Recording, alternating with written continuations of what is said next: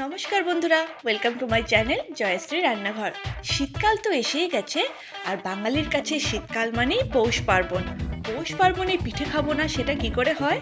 তাই আজকে আপনাদের জন্য বকুল পিঠের রেসিপিটা নিয়ে এসেছি, যেটা বানানো খুবই সহজ আর খেতেও কিন্তু দুর্দান্ত লাগে। তাহলে চলুন তাড়াতাড়ি শুরু করা যাক। বকুল পিঠা বানানোর জন্য প্রথমে আমি এখানে হাফ চামচ ঘি দিয়ে দিলাম।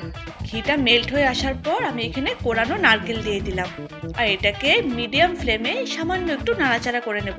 কালারটা চেঞ্জ হওয়ার আগেই আমি এখানে দিয়ে দিলাম খেজুরি গুড় বা পাটালি গুড় আমি এখানে দিয়ে দিলাম। আর এবার এটাকে জাস্ট লো ফ্লেমে আমরা নাড়াচাড়া করতে থাকবো, যাতে গুড়টা সুন্দর মতন গলে যায়। খানিকক্ষণ পরই দেখুন গুড়টা কিন্তু সুন্দর মতন গলে এসছে। এই পরিস্থিতিতে আমি এখানে দিয়ে দেব হাফ কাপ সমান পাউডার মিল্ক কিন্তু বাজারে অনায়াসেই কিনতে পাওয়া যায়। আর এবারে এটাকে বেশ ভালো করে নাড়াচাড়া করে নেব, যাতে সবটার সাথে সুন্দর মতন মিশে যায়। দেখুন আমাদের নারকেলের পুর কিন্তু মোটামুটি রেডি। এটাকে জাস্ট একটু নরম নরম থাকতে নামিয়ে নেব, খুব একটা বেশি টাইট করব না, তাতে কিন্তু খিসাটা শক্ত হয়ে যাবে। এই পরিস্থিতিতে এটাকে আমরা নামিয়ে নেব। আর দেখুন নামানো হয়ে যাওয়ার পর গরম অবস্থাতেই এগুলোকে আমরা একটা শেপ দিয়ে দেব। এইভাবে হাতের মধ্যে অল্পটুকু নিয়ে নিলাম, আর এরকমভাবে চ্যাপটা চ্যাপটা করে আমি একটা শেপ দিয়ে দেব। একই রকমভাবে আমি আপনাদেরকে আরেকটাও করে দেখাচ্ছি। সামান্য একটু পুর নিয়ে নিলাম, এটাকে সামান্য একটু হাতে গোল গোল ঘোরালেই কিন্তু অনায়াসে শেপটা রেডি হয়ে যাবে। একই রকমভাবে বাকিগুলোকেও আমরা সব রেডি করে নেব। দেখুন সবগুলো কিন্তু সুন্দর মতন রেডি হয়ে গেছে। এবার এটাকে একটু সাইড করে রেখে একটা ব্যাটার বানাতে হবে।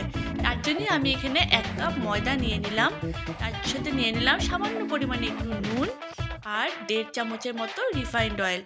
হালকা একটু মেখে নেব, যাতে ময়মটা সুন্দর মতন হয়ে যায়। তারপরে এখানে আমি অ্যাড করে দেব হাফ কাপ চালের গুঁড়ো।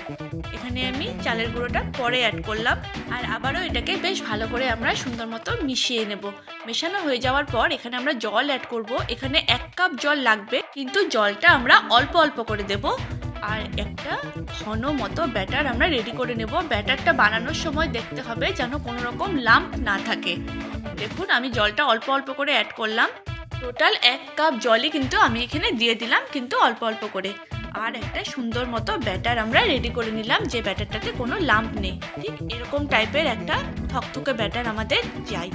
তারপরে যে নারকেলের পুরগুলো রেডি করে রেখেছিলাম, সেগুলো একটা একটা করে পুরের মধ্যে দিয়ে দেবো। আর একটা স্পুন দিয়ে বেশ ভালো করে চারপাশটাকে নাড়িয়ে নেব, যাতে চারপাশে সুন্দর করে ব্যাটারটা লেগে যায়। আর এই পরিস্থিতিতে আমরা রিফাইন্ড অয়েলে মিডিয়াম ফ্লেমে এগুলোকে ফ্রাই করে নেব। একে একে আমি বেশ অনেক কয়টাই তেলের মধ্যে দিলাম, আর উল্টে পাল্টে এগুলোকে আমরা বেশ গোল্ডেন কালার করে ফ্রাই করব। ব্যাটারটা একটু থকথকা হওয়াটা দরকার, কারণ বেশি পাতলা ব্যাটার হলে কিন্তু এই নারকেলটা ভিতর থেকে বেরিয়ে আসার একটা টেন্ডেন্সি থাকবে। দেখুন গোল্ডেন কালার হয়ে গেছে। এই পরিস্থিতিতে এগুলো আমরা নামিয়ে রেখে দেব। তারপরে আমি এখানে আলাদা একটা প্যানে 1 লিটার গরুর দুধ নিয়ে নিলাম, আর এটাকে বেশ ভালো করে আমরা বয়েল হতে দেব। জিনিসটা যখন ভালো করে ফুটে উঠবে, তখনই দুধে আমি দিয়ে দিলাম 2টো তেজপাতা, সামান্য কয়েকটা এলাচ। আর আবারও এটাকে বেশ ভালো করে নাড়াচাড়া করব। দুধটা যখন ভালো মতন ফুটে আসবে, তখন আমি এখান থেকে জাস্ট হাতাতে করে কয়েক হাতা দুধ আলাদা করে খেজুর গুড়ের মধ্যে তুলে রেখে দিলাম। কারণ অনেকেই গুড়টা দুধে ডাইরেক্ট দিয়ে দেয়, তাতে দুধটা ফেটে যাওয়ার একটা টেন্ডেন্সি থাকতে পারে। সেই জন্য আমি আলাদা করে ওটা তুলে রেখে দিলাম, যাতে গরম দুধে গুড়টা গলে যায়।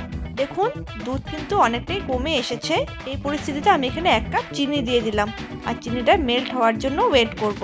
চিনিটা যখন সুন্দর মতো মেল্ট হয়ে আসবে, তখন আমি এখানে অ্যাড করে দিচ্ছি ভেজে রাখা গোকুল পিঠেগুলো। আর এগুলোকে বেশ ভালো করে একটু নাড়াচাড়া করে ফুটিয়ে নেব।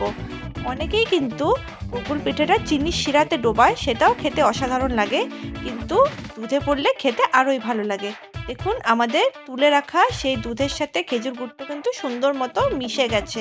এবারে এটাকে আবার একটু নাড়াচাড়া করে এটার উপর দিয়ে আমি ঢেলে দিলাম। আর এবারে এটাকে খুব ভালো করে আমরা ফুটিয়ে নেব, নাড়াচাড়া করে নেব। দুধে পড়ে কিন্তু গোকুল পিঠেগুলো একদম তুলোর মতো নরম হয়ে যাবে। দেখলেন তো কত ইজি ওয়েতেই বাড়িতে বানিয়ে নেওয়া গেল। এই গোকুল পিঠে পৌষ পার্বণে নিজেরাও করে খান আর সবাইকে করে খাওয়ান। যদি আমার ভিডিওটি ভালো লেগে থাকে, তাহলে পরিচিত সবার সাথে শেয়ার করবেন। আর যদি প্রথমবার আমার ভিডিও দেখছেন, তাহলে আমার চ্যানেলকে সাবস্ক্রাইব করে আমার পাশে থাকবেন। আর এই দুধ গোকুল পিঠে আপনাদের কেমন লাগলো সেটা আমাকে কমেন্ট সেকশনে জানাবেন।